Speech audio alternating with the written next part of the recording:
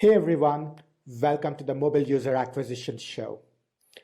In the Mobile User Acquisition Show, we talk about how to use mobile user acquisition strategies to grow your app quickly and capital efficiently.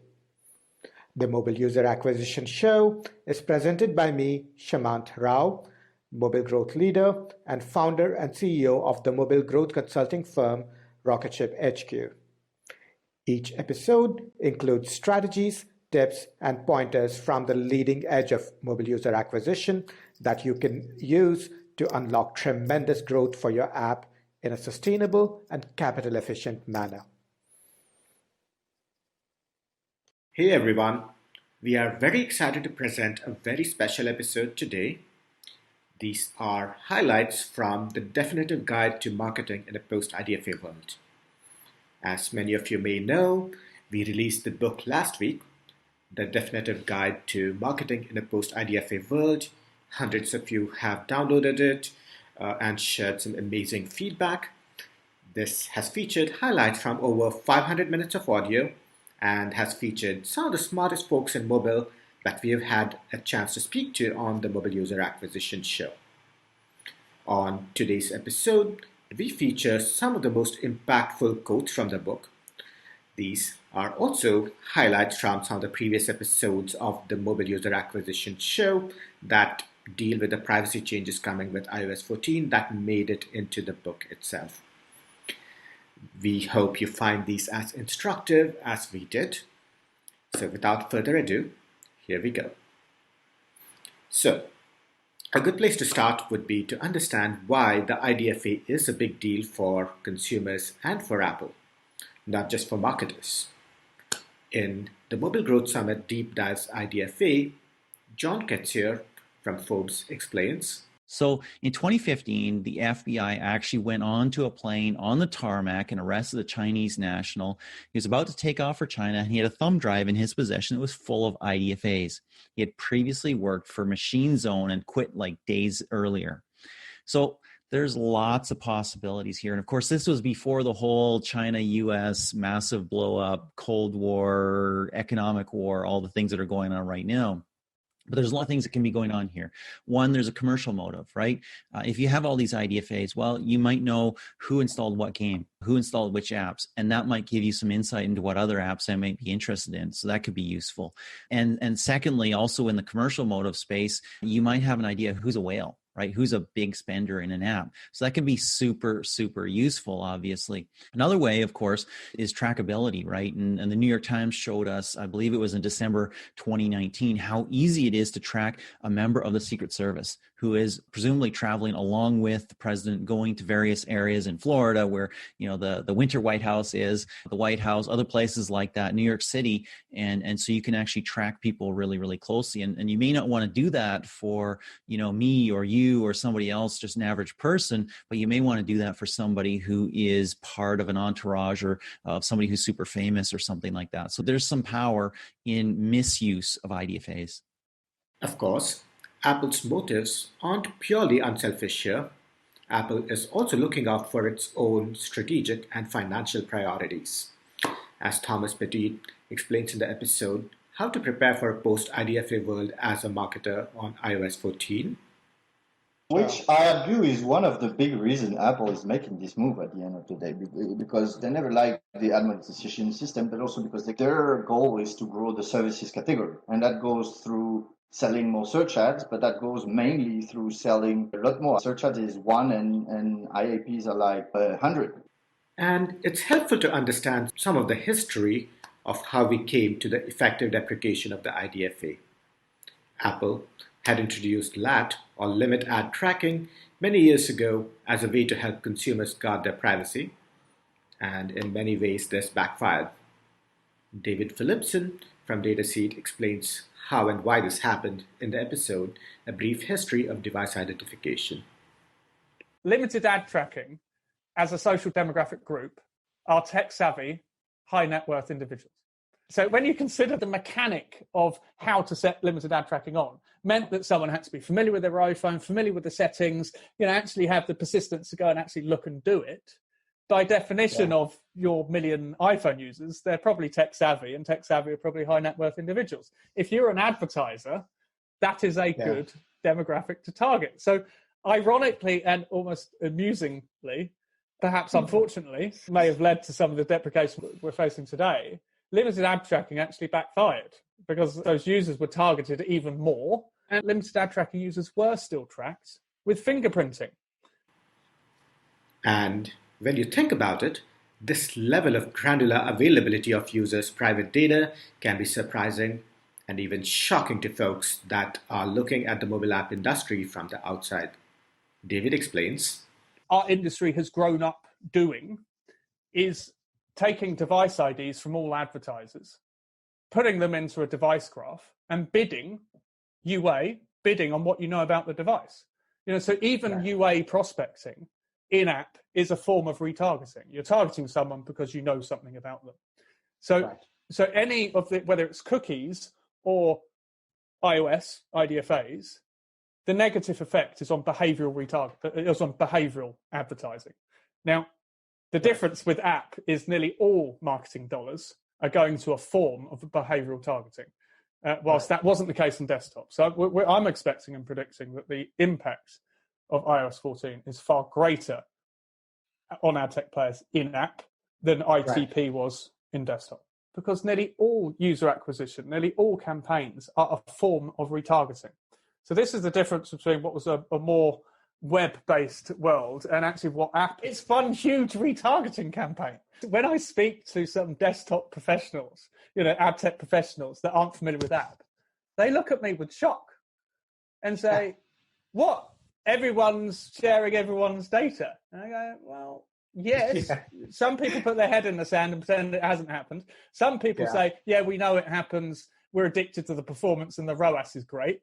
Other people say this isn't sustainable. It's got huge cannibalization effect. Apple will probably want to stop it. And it's probably non-compliant. And that's the route it's gone. What are the implications of some of these changes?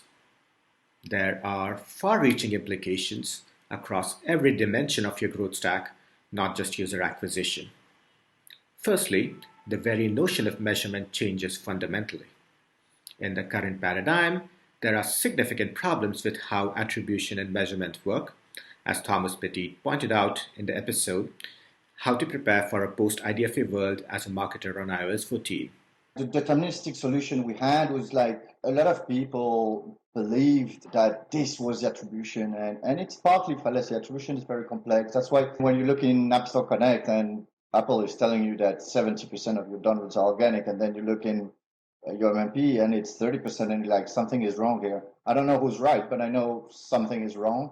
And I'm not saying Apple got it right either, but in a way it might be good because it might make us rethink in a very different way. Attribution is a very complex topic. Another problem is that the notion of LTV has always been problematic. As we said in the episode, the LTV metric will die, but it was an imperfect metric to begin with.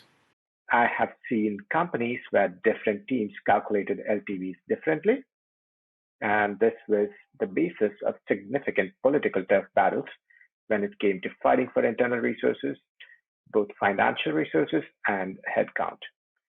These are just some of the contentious questions that I have seen come up within teams. One, how do we compare LTV or payback period for an app that has front-loaded monetization and versus one with long-tail monetization? You might have an app that has huge monetization within the first 2 to 3 days, and some others that monetize over a longer time period. On a related note, should we use a longer payback period if an app has extremely strong long-tail retention? Another question that comes up is, what sort of statistical model should we use even for LTV calculations?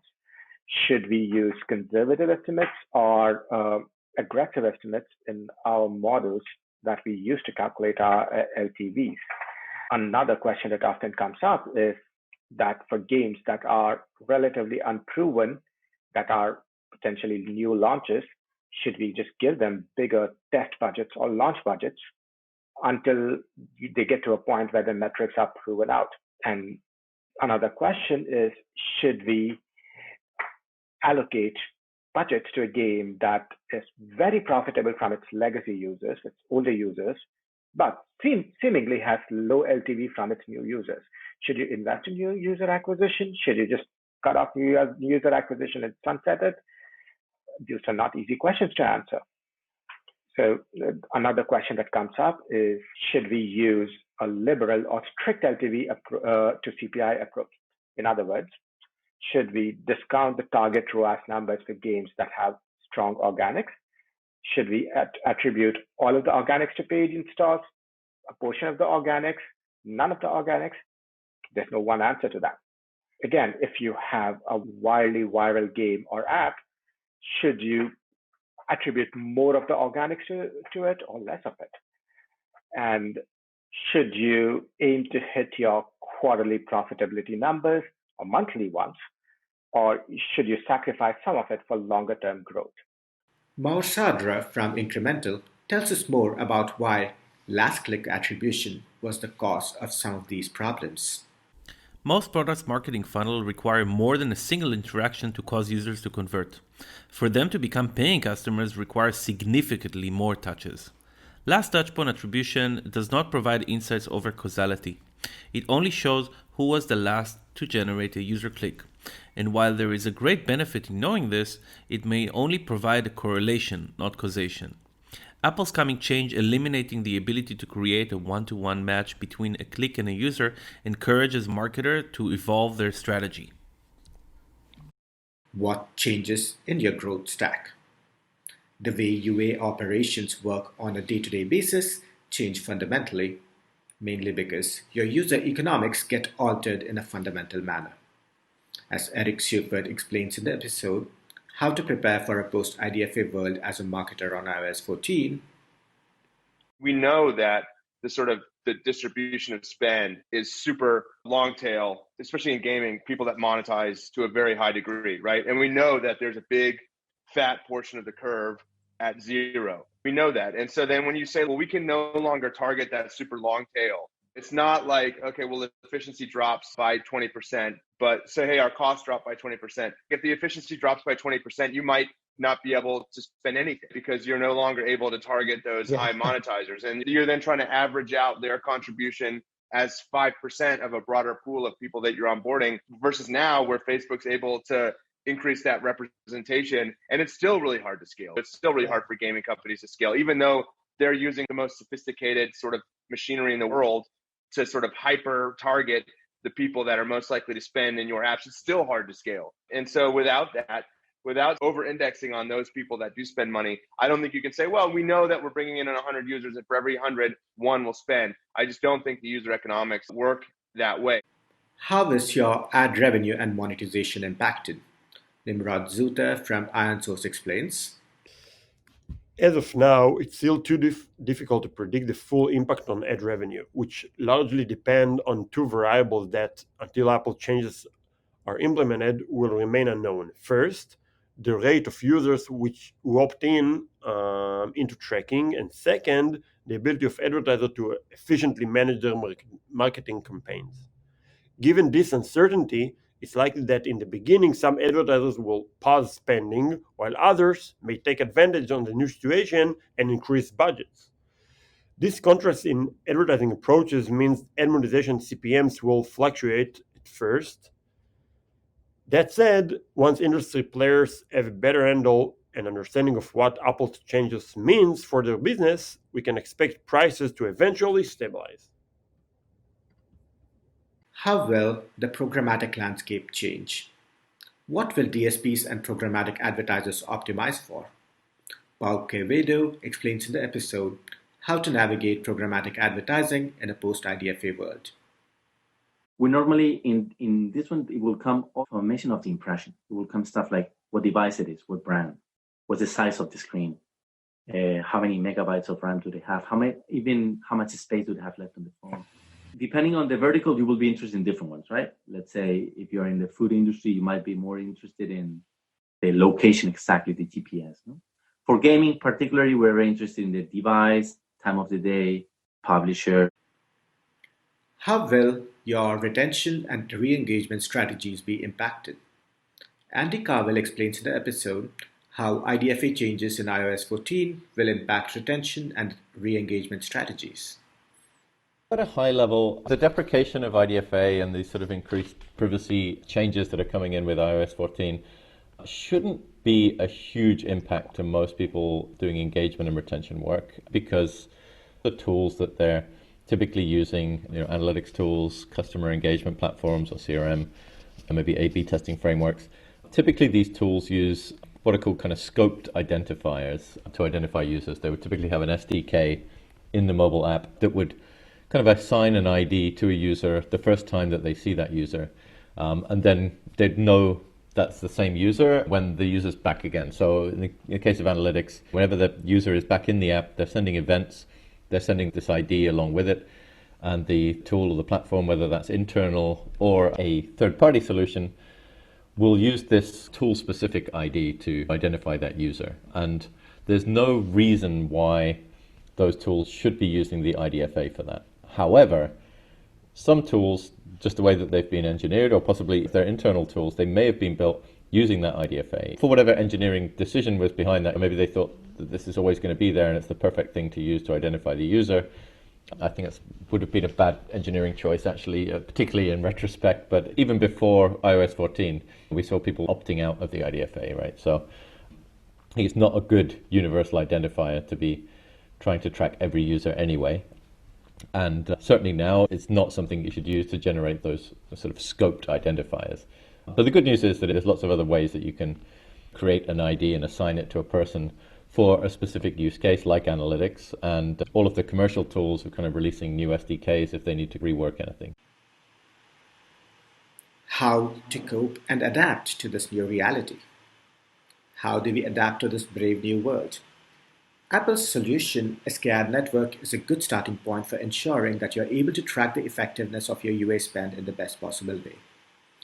One key idiosyncrasy of the SKAdNetwork is the conversion value, which is critical to get right to succeed with UA. Kevin Bravo from Second Potion describes how to think about conversion values in the episode, How to Design a Conversion Value Framework for Succeeding with SKAdNetwork. So I like to think about it like a signal. You can have kind of a context to the user. It's like answering the question, how valuable is this user to me, right? You can call the method as many times as you want. The way it works, it's going to like reset the timer, the first one, 24 hours one. So as long as the user keeps coming back in your app, you can still keep calling the conversion value method. The only thing to consider is, there's a couple of things. First one, it can only be higher. So if you log conversion value 10, the next time you call the method, you have to call, like to say 15, for example, or 20 and so on, right? So that's the first thing to keep in mind. The second thing to keep in mind, as I said, is that every time you log it, the timer resets. And since you don't have like a time install timestamp for like the postback, it means that every time you call update conversion value, you're making it harder for you and for the ad network to understand when the install actually occurred, right? Because you kind of delaying the moment where the postback is going to be sent. What are the considerations that you have to use to decide your conversion value structure? Kevin adds, the main consideration you want to keep in mind is your business model. Sure. So like, are you subscription-based, ad-based? How are you making money, right? The vertical you're in, because you'll see like many companies in, like, for example, fitness are going to do the same thing and so on. So that's something you can get inspired by. How do you like differentiate a low value users to high value users in their first session? This is like product analytics, right? Trying to understand, okay, so what does do a user need to do for me to feel like it's valuable? Because it's early, so you don't have that much time, but you can still get some signals. Yeah, and then like just one more thing I will say is like, how were you historically optimizing your ads campaigns, right? Because I don't think you can just switch and keep the same system, but maybe you can learn from the past the way you were doing it, so you can build up a new model for this new solution. What measurement infrastructure will you need in iOS 14?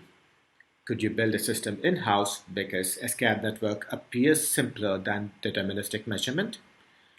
What will be the place of the MMPs in the new paradigm?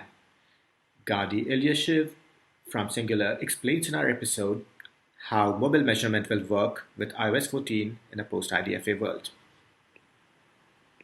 And I've seen people in the past try to build some of these things in-house, and it always eventually fails. It sucks. This one person wrote it, he leaves the company, they're stuck, it's not standard, he falls behind, etc. And so I don't think this is any different. There's been examples of companies who built their own MMP stack internally, right? And it had a lot of holes, it wasn't really smart, it had fraud, etc. So I think it's going to be the same thing, but just different, because you will still need to figure out, how do I receive all this SKAdNetwork data? Let's say that Apple agrees and you now get it as postbacks. So are you going to build your own real-time server to get these postbacks and then forward it to the other end networks? You could, but it's insane. You could do that. Then you need to make sure that they're not deduping. They're not sending duplicates. So you need to start setting up your own fraud mechanisms, and then also do the BD with the end networks to talk to them and say, hey, you're sending me duplicate postbacks. You're trying to cheat me. You could, but it's intense. You need to build the layer that manages the conversion value, right? And when you send events, you need to translate that to conversion value, and then also tell the end network what it means, right? So can you do that? Yes, but again, it gets intense. You need to aggregate all the data, all the spend from every single channel you're using on the campaign. You need to map the campaign ID from SKAdNetwork to something readable. You need to build the reporting. Again, all these capabilities, the world doesn't change as much to me, because what the necessity that I think MMPs always had is they solved the technical problem that was pretty hard to solve. And yes, they were in a central position, but a lot of the power of the product came from, just like how you buy any other SaaS product. I think advertisers will still, they're kind of hire the MMP. They'll to say, hey, I need to figure out all this mess. Please be my technology provider, right? Which is how you buy SaaS software, and help me sort out all this mess. And yes, maybe the way that clicks were being forwarded to the MMP before, some of it may change. Actually, that's not even going to change, because what if you get partial consent? Then are you not going to look at the IDFA data you get? You probably still want to have it. So you're going to have the MMP just for that portion. It's just going to be such a complex universe, which is why I think you'll still need an MMP. You'll still need to have someone help you with all that stack. Of course, measurement via SKAdNetwork in and of itself may not be enough. Understanding incrementality will be critical to understanding the true impact of your UA channels and efforts. And as Maor Sadra from Incremental explains, utilizing causal inference to measure the effect of paid marketing campaigns over user acquisition allows a marketer to identify causation. Understanding causation helps a marketer know what is the value of campaigns, what the value campaigns have on one another, and which campaigns do not bring any value but are taking credit for users that would use their product organically. To apply causal inference to digital advertising requires an understanding of the marketing world. Data in marketing is noisy. There are many internal and external factors influencing one another: seasonality, competition, featuring, weekdays, special days, and so on. Marketers are often running campaigns across many countries, and they need data to make decisions. Applying causal inference in marketing is difficult. Reaching confidence may need active intervention in the marketing. It is not possible to isolate internal and external conditions, which is why practical use of difference is applied in parallel with shapely value, a concept from cooperative game theory, to continuously provide actionable insights. How do you adapt if you're a publisher or if you're a developer working with one? Nebojsa Radovic from Network explains how things could change for you and how you should pick a publisher in the new paradigm. Publishers that have a lot of payer profiles, basically the impact of those payer profiles will diminish. It just won't be as big as it was before. So it might make more sense to work with a publisher that's really good at kind of technical UA, understands incrementality, understands how to do like a probabilistic attribution well, as Eric and Thomas talked about, then to work with a publisher that just has a lot of IDFAs that they could retarget, because that won't be possible anymore. The good thing about like payer profiles is that Facebook and Google are already moving away from them, and like Facebook is testing AAA ads that don't really leverage lookalikes. So that means that they won't be as necessary. But I think the key point here is just that if you're a small developer, you should really look for a publisher that's really good at technical UA, that understands, how to find players without AEO and VO, how to, do the proper campaign setup in the post-SKAdNetwork world, and understands incrementality, lift studies, et cetera, et cetera. Another interesting thing is it's questionable whether DSPs will exist. Yeah, they will in a certain extent, but without the ability to kind of target specific IDFAs, or to be more precise, to filter out specific IDFAs that are never going to install your app, it's likely that the cost is going to go up.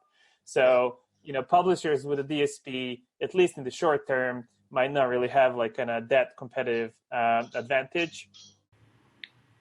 UA flows may themselves change completely.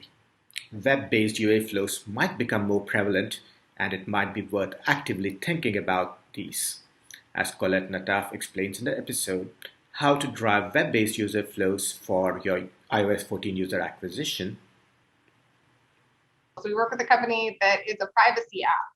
What that means is that they're all about data protection. So this company, it would go very much against their fundamentals to install the Facebook SDK, and they've actually taken it a step further. They don't have any MMPs. They have no SDKs installed in their app, which is pretty incredible.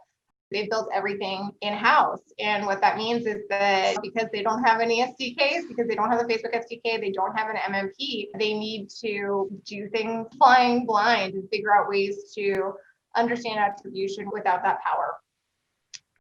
So this is really my example of the worst case scenario, because they're already operating in that worst case scenario world where we don't have any attribution at all. What they do and what they've found as a solution is that they run Facebook ads on mobile devices, but to a landing page on mobile web. On the landing page, the user enters in their phone number and their text message. They're sent a text message with the link to install and download the app.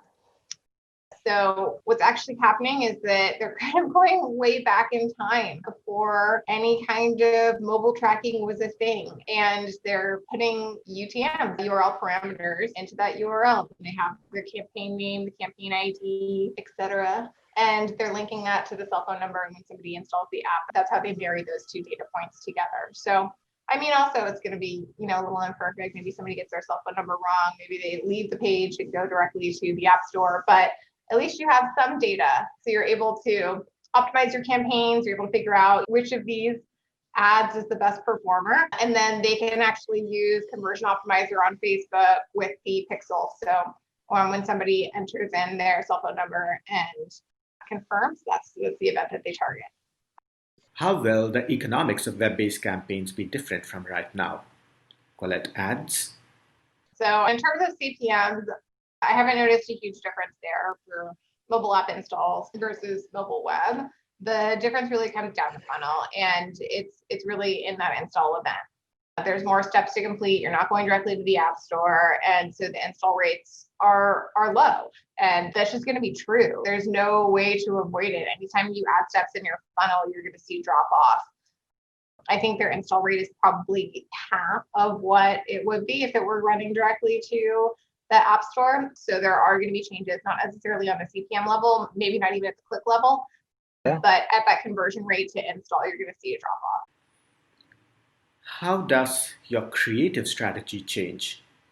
Gabe Kwakyi spoke about the process of improving his team's creative hit rate, and this process becomes even more critical post iOS 14.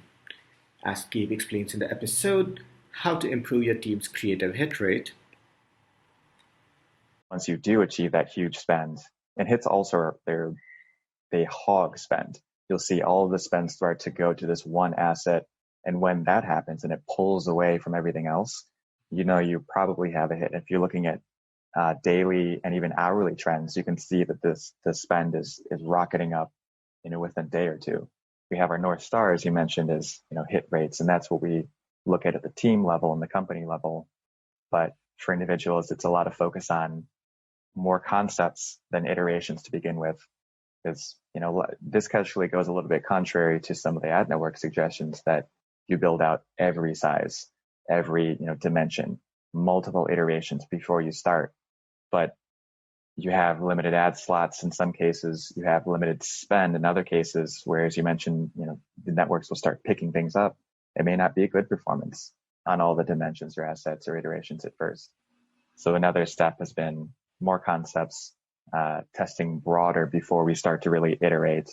And another is really just having more discussions with our clients and planning our process so that we're trying to establish like a monthly cadence for brainstorming new ideas. And then a weekly basis, we're trying to launch and then analyze creative performance. And using metadata tags is also important, where we tag, the theme, and then within that we have the sub theme, which might be, the iterations, and just trying to improve the metadata that gets passed through to the analysis stage. So there's a few things that we're doing to improve our infrastructure and team process for generating hits. How does your approach change on rewarded video networks? You replace ROAS or CPA-based optimization by conversion value-based optimization, and you lean on automated rules to optimize ad networks by individual source apps. As Warren Woodward described this approach for a pre-iOS 14 world in the episode, How to Build Your Own Algorithm to Drive Performance on Rewarded Video Networks, and the same approach can be modified for a conversion value-based post-iOS 14 world. We built a system based off of rules. So just coding like some simple logic for how you bid for individual placements on network, and then building a script to run that logic perpetually to optimize your campaigns without using human oversight. So really what we are trying to do is like take a really great UI manager's day-to-day work, codify it into a set of rules, and then build scripts to run those rules. The one that probably everyone will get is, ROI or ROAS-based rules. So, looking at all of the individual placements on a network, looking at the value of the users that are coming from those individual basements, and using that to make judgments on the appropriate bid and the expected lifetime value of different subsegments. Right. Another one that probably is universal to all apps, and I should probably clarify, when we started this, we intentionally wanted to build really basic rules that you could apply to any app that weren't specific to like, gaming only or a particular product. So retention is another really common one that you can easily build rules around, like your day one retention, day two retention can be very early signals. And another one is like onboarding events, like completing a tutorial in a game or completing a free registration, another in a subscription app, for example. A big part of adapting will be in maximizing consent to access IDFAs from users who opt in. Andy Carvell explains some of the key ways in which you could maximize consent in the episode, how IDFA changes in iOS 14 will impact retention and engagement strategies. So there's a couple of sort of textbook techniques, right? One is to ask people to opt in for stuff like this at a sort of a happy moment when they've just had a really good experience. You can kind of maybe infer that they're really loving the app, and hence it's a great time to ask them. Now, yeah, that works to some extent, but actually what I found to work better is first of all using a pre-permission. It's basically an in-app dialogue which you control as a marketer or as a developer, where you ask the user, hey, would you like to opt in for this? And you can test, of course, with that different benefits and things to optimize the click rate. And when people say yes, then you show them the system dialog, which Apple only allows you to show once. If they say no, you can try again a bit later at a happy moment or with different benefits that you're offering. So you can keep trying, and then you're sort of saving that one-shot system dialog for a time when you really think that the user is going to say yes. So that's very effective. That's what we call pre-permissioning. And then on the other side, what I call win-backs is going back to your loyal users, the users who are still in the app after 2 or 3 weeks, but they're opted out. And you ask them, hey, actually, now would you consider opting in? And we can take you straight over to settings, and you can actually like link them straight over to the settings menu and have them turn it back on. That's actually crazy effective. How do you adapt your ad monetization strategy?